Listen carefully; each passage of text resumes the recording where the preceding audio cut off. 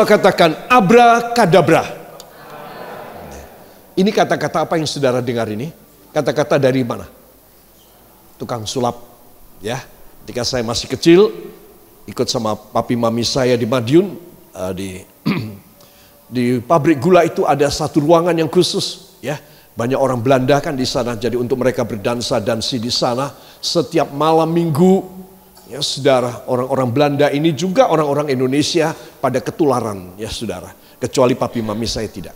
Saudara, mereka berdansa-dansi dan selalu mengadakan atraksi apa? Akrobat lah, tukang sulap lah. Ya, dan selalu omongannya itu dari sejak saya masih kecil. Ya, masih kecil, masih muda, sampai segini muda. Sama kata-katanya, belum pernah direvisi. Apa kata-katanya? Ya, abrakadabra. Saudara tahu dari mana itu perkataan? Dari Alkitab. Ayatnya di mana? Kejadian pasal 1 ayat 1. Saudara, itu sebetulnya ada kata abrakadabra. Cuma mereka tanpa minta izin kepada Tuhan sudah mengambil dan mencuri kalimat tersebut. Itu adalah firman Tuhan. Ya saudara, nanti saya akan jelaskan. Abrakadabra itu berarti aku mencipta ketika aku berfirman. Wow, tukang sulap bisa kayak begitu ya. Berani mengatakan bahwa dia berfirman. Ya, kemudian abrakadabra. Terus muncullah apa? Kelinci ya, saudara. Setelah itu abrakadabra, sate kelinci ya. Nah, jadi itu adalah sesuatu yang orang-orang bilang aneh sekali, ajaib sekali. Para kekasih, abrakadabra artinya dalam bahasa Aramik, Kejadian ditulis dalam bahasa Aramik, itu artinya aku mencipta saat aku berkata, berfirman. Apa abrakadabranya? Yaitu jadilah terang. Itulah mujizat pengadaan yang pertama, abrakadabra yang pertama yang Tuhan Allah melakukan bagi dunia. Ya, baiklah kita akan membuka dalam kitab Kejadian pasal 1 ayat 1 sampai 3. Kitab Kejadian itu ada paling depan, saudara, paling belakang namanya kitab Wahyu, ya saudara. Kejadian pasal yang pertama ayat 1 sampai dengan ayat yang ketiga. Mari kita akan membaca, saudara. Kita mulai dari judulnya. 1, 2. Allah menciptakan langit dan bumi serta isinya. Pada mulanya Allah menciptakan langit dan bumi. Bumi belum berbentuk dan kosong. Gelap gulita menutupi samudera raya. Dan roh Allah melayang-layang di atas permukaan air. Berkatalah Allah, jadilah terang. Lalu terang itu jadi. Ya amin. Jadi abrakadabra yang pertama adalah Tuhan menciptakan terang. Katakan, mujizat yang pertama, Tuhan menciptakan terang. Sore hari ini, sesuai dengan tema firman, saya menerima abrakadabra. Terang dari Tuhan akan menguasai hidup saya. Saya tidak akan ketakutan lagi. Saya memiliki kuasa. Karena terang Tuhan diberikan kepada saya. Yang percaya, beri tepuk tangan bagi dia. Haleluya. Anak-anak Tuhan, pada mulanya. Katakan, pada mulanya. Saudara yang kekasih, dalam semua keadaan, kalau saudara mengutamakan firman, saudara engkau betul sekali. Jadi segala sesuatu, saya ambil satu contoh, orang membangun rumah. Ya, kalau orang membangun rumah, sudah menurut maunya sendiri. Tidak sesuai peraturan dari kota Madya, atau dari provinsi, atau dari negara. Tidak memperhatikan, pokoknya aku mau bangun. Udah tidak ada gambarnya.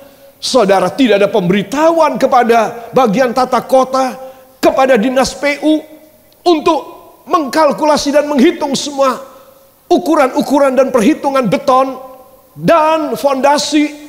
Saudara, bagaimana? Mau bangun sendiri. Aku sudah pengalaman. Karena aku tukang bangun, saudara.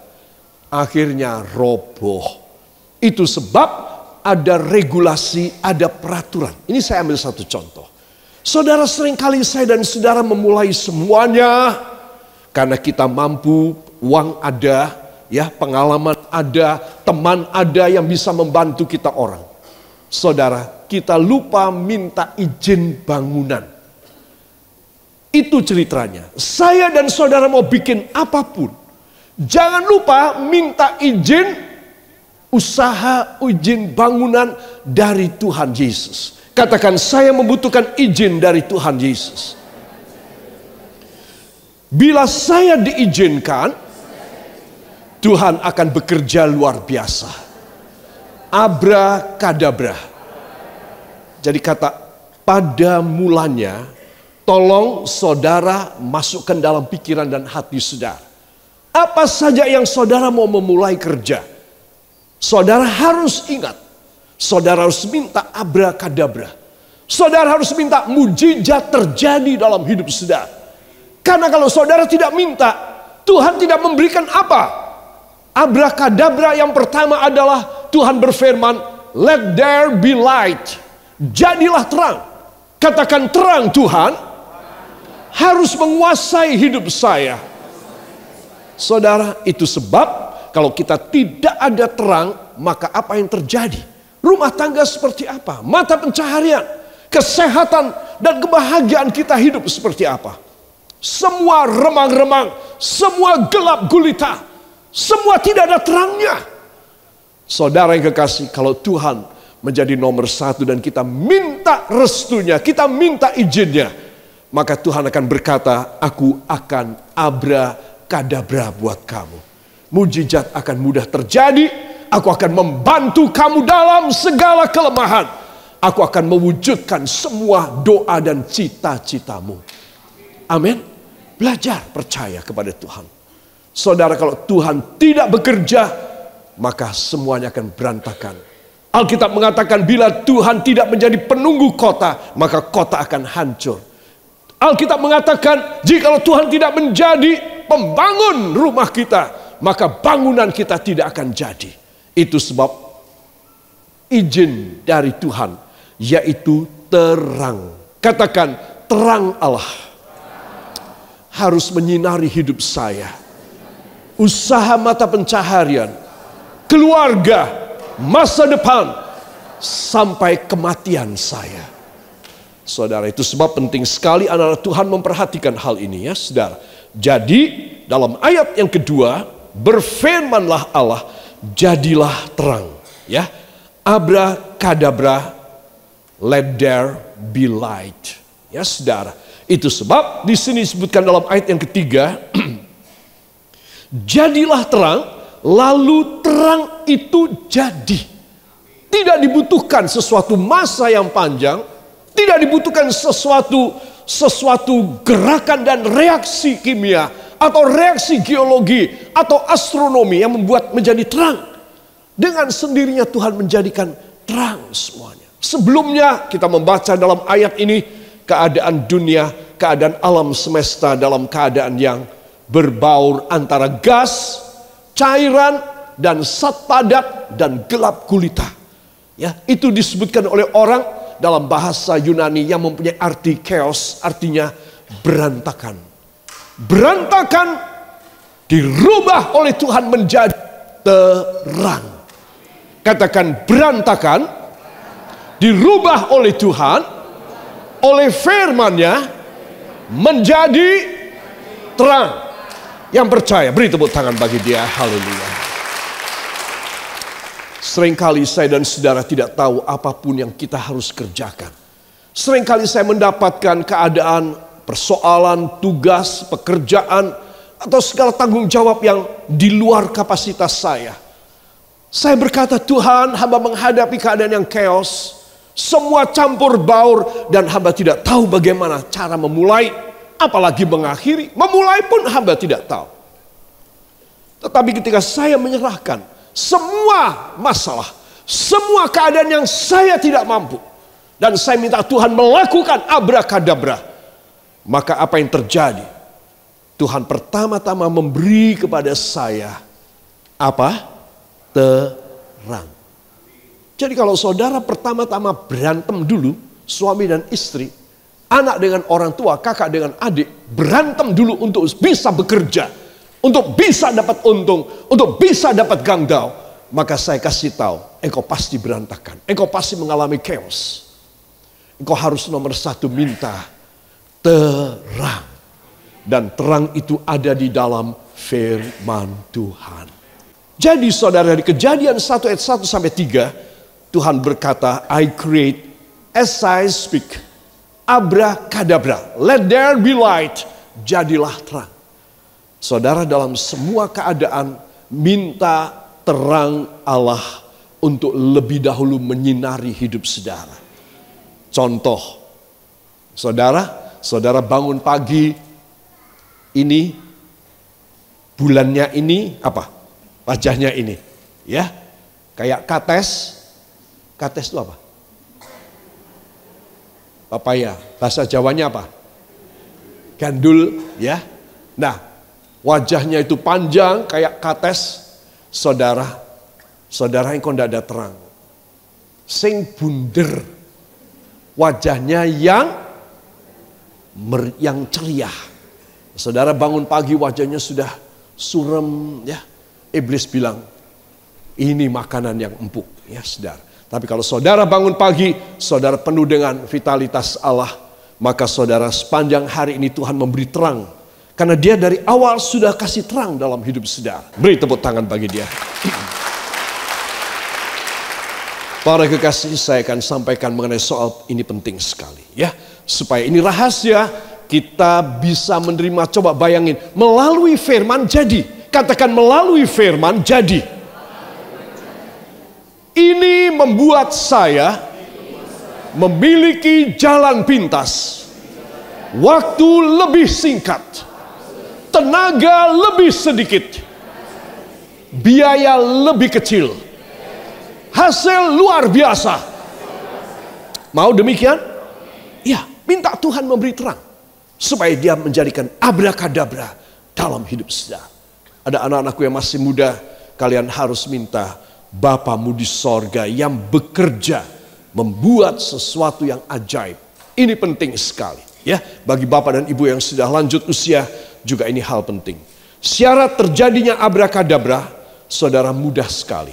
Apakah dia? Mari kita akan baca. Ayat berikut ini syarat yang bisa Tuhan jadikan abrakadabra. Ketika aku berfirman, aku menciptakan. Ya, apakah syaratnya? Kita akan baca 1, 2. Mereka yang ditanam di bait Tuhan akan bertunas di pelataran Allah kita. Pada masa tua pun mereka masih berbuah, menjadi gemuk dan segar. Amin. Katakan, mudah sekali. Saya hanya pasrah. Saya hanya siap, dan Tuhan menanam saya di halaman rumahnya. Ya, jadi dalam hal ini saya dan saudara, kitalah yang dikerjakan oleh Tuhan. Katakan, saya ditanam. Saudara berbicara mengenai soal saudara ditanam. Saya ditanam. Semua tentang tanam itu adalah investasi. Katakan investasi. Penanaman modal. Saudara, saya pernah membaca bagaimana, dan mungkin sekarang sudah kurang begitu besar gaungnya, ya. Tetapi kenapa? Karena ini sudah banyak yang mengusahakan. Saya ambil satu contoh, yaitu hutan pohon jati. Pohon apa? Jati. Jati itu harganya mahal sekali. Ya saudara, kita memakai tidak kayu jati, tetapi kita pakai kayu jati muda atau kayu-kayu dari dari Kalimantan, dari Papua, ya saudara, yang lebih murah karena jati itu paling mahal, ya saudara. Nah, saya membaca demikian.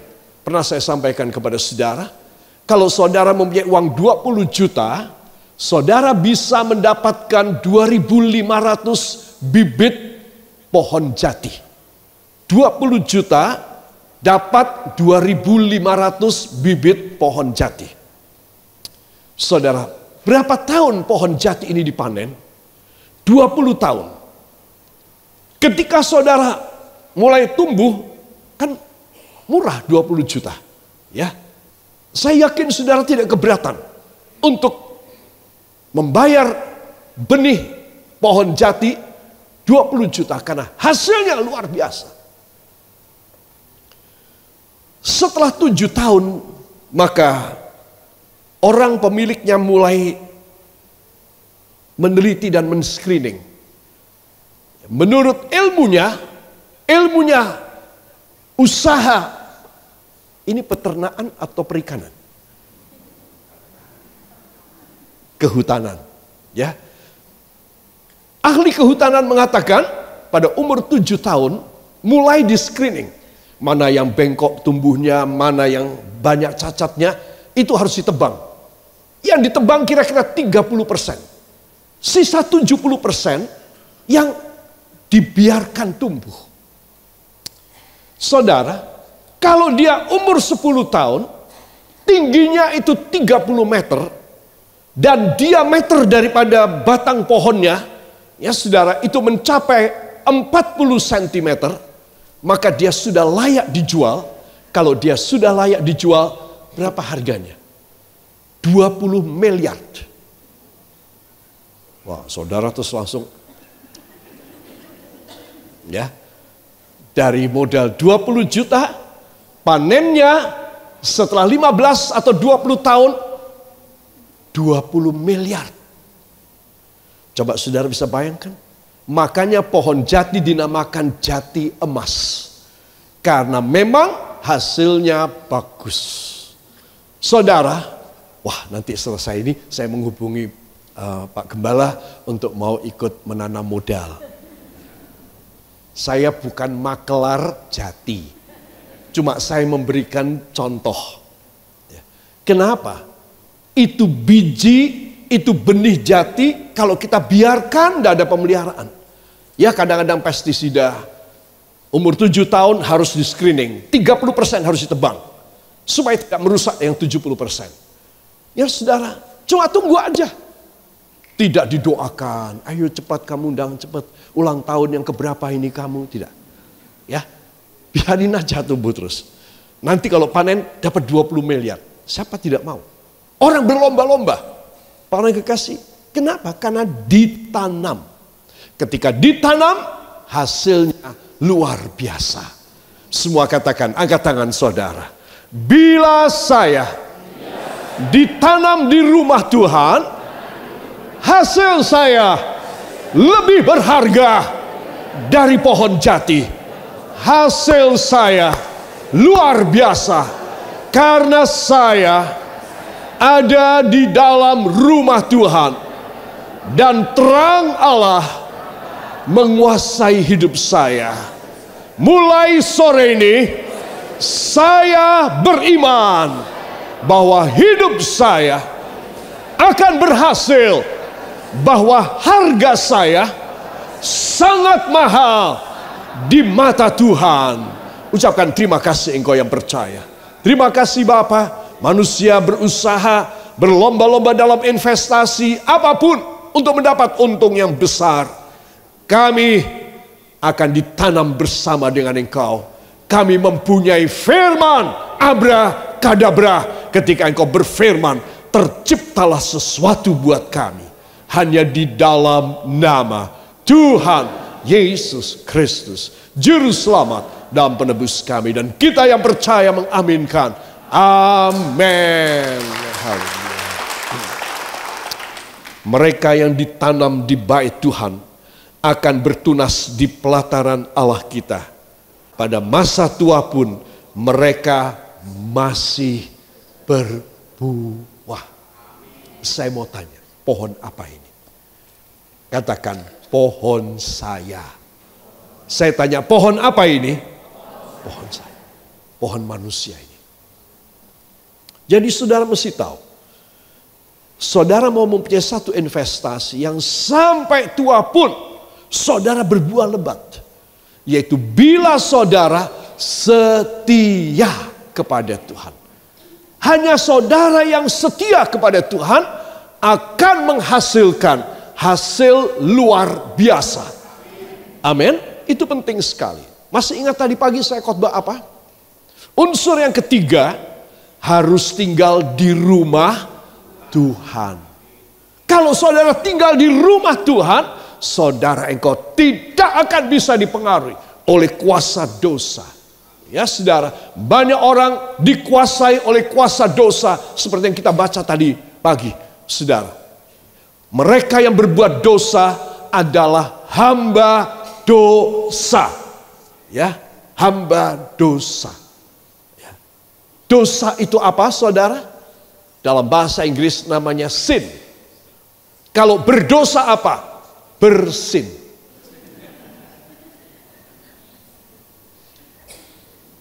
Betul enggak? Dosa itu apa? Sin. Kalau berbuat dosa, bersin.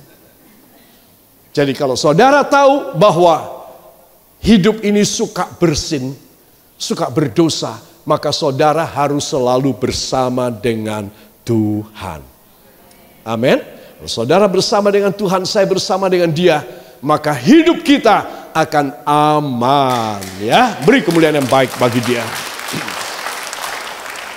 Para kekasih, itu sebab dalam Ulangan pasal yang ke-26 ayat 7 sampai 9 saya undang kita bangkit berdiri sejenak, kita akan membacanya. Ulangan pasal yang ke-26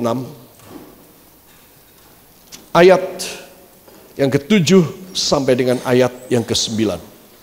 1, 2. Maka kami berseru kepada Tuhan Allah nenek moyang kami.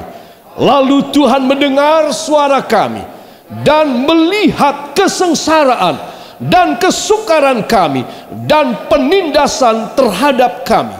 Lalu Tuhan membawa kami keluar dari Mesir dengan tangan yang kuat dan lengan yang teracung, dengan kedahsyatan yang besar dan dengan tanda-tanda serta mujizat-mujizat. Ia membawa kami ke tempat ini dan memberikan kepada kami negeri ini, suatu negeri yang berlimpah-limpah susu dan madunya. Amin. Terima kasih, silakan duduk kembali. Saudara yang kekasih, ayat 7 ini menarik sekali. Maka kami berseru kepada Tuhan. Saudara tahu apa sebab orang Israel berseru kepada Tuhan? Dan ini dikatakan kembali oleh Musa. Saudara, itu sebab dinamakan sebagai kitab ulangan, yaitu mengulangi kejadian mereka sejak keluar dari Mesir, dari kitab Keluaran, kemudian peraturan-peraturan Allah dalam kitab Imamat orang Lewi, dan kemudian mereka mulai dibagi harta warisan pusaka negeri dan mulai dihitung jumlah dari tiap-tiap suku, makanya dinamakan kitab Bilangan. Dan kemudian dari Keluaran, Imamat, orang Lewi, dan Bilangan diulangi, makanya dinamakan kitab Ulangan. Saudara, Musa mengulangi kembali supaya Israel yang sudah menerima terang Allah, saben kali Tuhan berfirman, Tuhan bertitah, terjadi, entah mereka tidak kunjung bertobat. Itu sebab sekali lagi Musa mengulanginya. Maka kami berseru kepada Tuhan. Apa sebab? Karena Tuhan menghukum mereka. Semua katakan, ketika saya berseru kepada Tuhan, Tuhan menghentikan hukumannya. Saudara, ini benar-benar abrakadabra.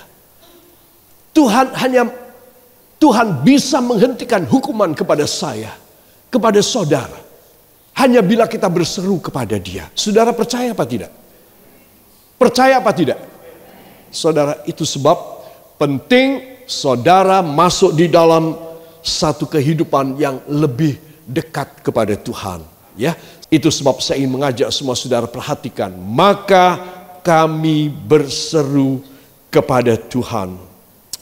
Lalu Tuhan mendengar suara kami dan melihat kesengsaraan dan kesukaran kami dan penindasan terhadap kami. Coba. Yang pertama apa negatifnya? Kesengsaraan. Kedua, kesukaran. Ketiga, penindasan. Habis-habisan loh saudara. Sudah benar-benar didera dengan kecelakaan terus-menerus. Kalau saudara dan saya dalam keadaan demikian, kita perlu mujizat terjadi dalam hidup kita. Ini tanpa abrakadabra, tanpa firman yang membuat mujizat, umat Israel ini bisa habis. Karena mereka tertekan, dan mereka diburu, dan mereka dikalahkan. Kalau satu bangsa terus-menerus kena sakit, kena pestilensi, kalah perang, diburu binatang buas, habis. Saudara, itu sebab mereka berseru kepada Tuhan. Jalan yang Tuhan beri kepada kita malam ini. Kalau saudara dalam keadaan yang mustahil, tidak tahu bagaimana cara, modal tidak ada barangkali, saudara sudah berusaha, namun tetap saudara tidak mendapatkan hasil, kemungkinan besar saya dan saudara memiliki dosa dalam hidup kita. Kalau kita berdosa, cuma ada satu jalan.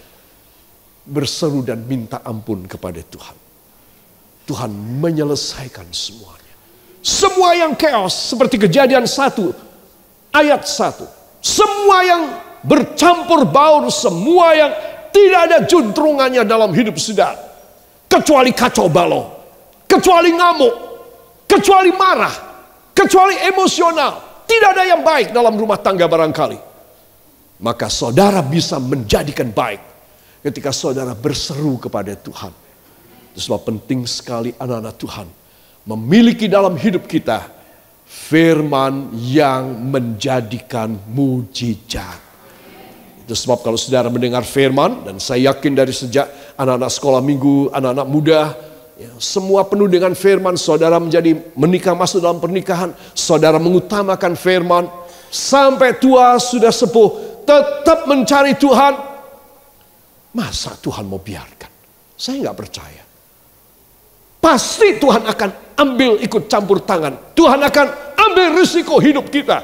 Dan Tuhan akan menanggung segala perkara. Coba. Dia menjadikan terang semuanya. Ketika saya dan Anda datang kepada dia. Dan dia mengatakan, aku mau. Abrakadabra. Maka semuanya akan menjadi terang. Tertata dengan baik. Sungguh Tuhan akan melakukan. Itu sebab nomor satu yang kita harus perhatiin adalah kita harus bersyukur.